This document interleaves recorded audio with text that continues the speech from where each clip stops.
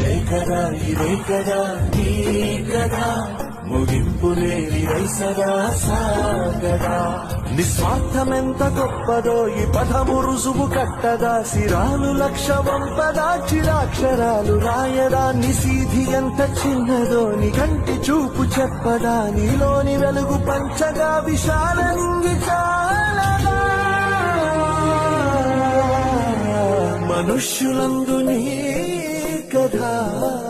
మహర్షిలాగా సాగదా మనుష్యులందు నీ కథా మహర్షిలాగా సాగదా